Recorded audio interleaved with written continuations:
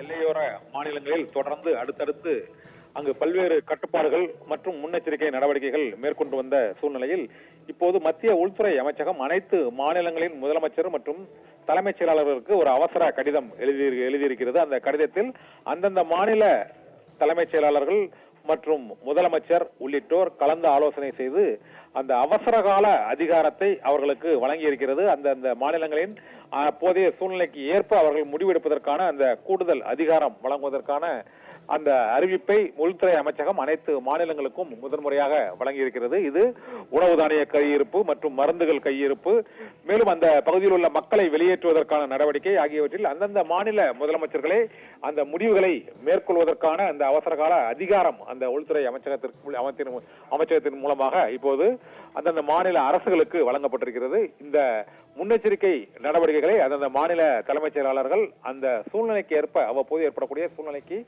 ஏற்ப அந்த முடிவுகளை அவர்களே எடுத்துக்கொள்ளலாம் என்ற அந்த கூடுதல் அதிகாரத்தை இப்போது உள்துறை அமைச்சகம் மாநில அரசுகளுக்கு வழங்கி இருக்கிறது. ஏனென்றால் கடந்த ஆபரேஷன் சிந்தூருக்கு பிறகு கடந்த 3 நாட்களாக பல்வேறு விதமான அந்த எல்லைப்புற மாநிலங்களில் பல பதற்றமான நடவடிக்கைகள் அங்கு ட்ரோன் தாக்குதல், ஏவுகணை தாக்குதல், விமான தாக்குதல், பல்வேறு தாக்குதல்கள் பாகிஸ்தான் ராணுவத்தினரால் மேற்கொள்ள வரக்கூடிய சூழ்நிலையில் ஜம்மு காஷ்மீரில் அந்த தீவிரவாதிகள் ஊடுருவல், ட்ரோன் தாக்குதல் அதிகமாக இருக்கிறது. இதனால் அவசர கால நடவடிக்கைகளை மேற்கொள்ள அனைத்து அத்தியாவசிய பொருட்களை இருப்பு வைப்பது மற்றும் மருந்துகள் மற்றும் மக்களை பாதுகாப்பான இடங்களை நோக்கி வெளியேற்றுவது, அவர்களுக்கான ஷெல்டர்ஸ் பாதுகாப்பு முகாம்களை அமைப்பது ஆகியவற்றில் அந்தந்த மாநில அரசுகளே அந்த அவசர கால நடவடிக்கைகளை அவரவர்களே மேற்கொள்வதற்கான கூடுதல் அதிகாரம் வழங்கப்பட்டு இந்த அறிவிப்பை உள்துறை அமைச்சகம் வழங்கி இருக்கிறது.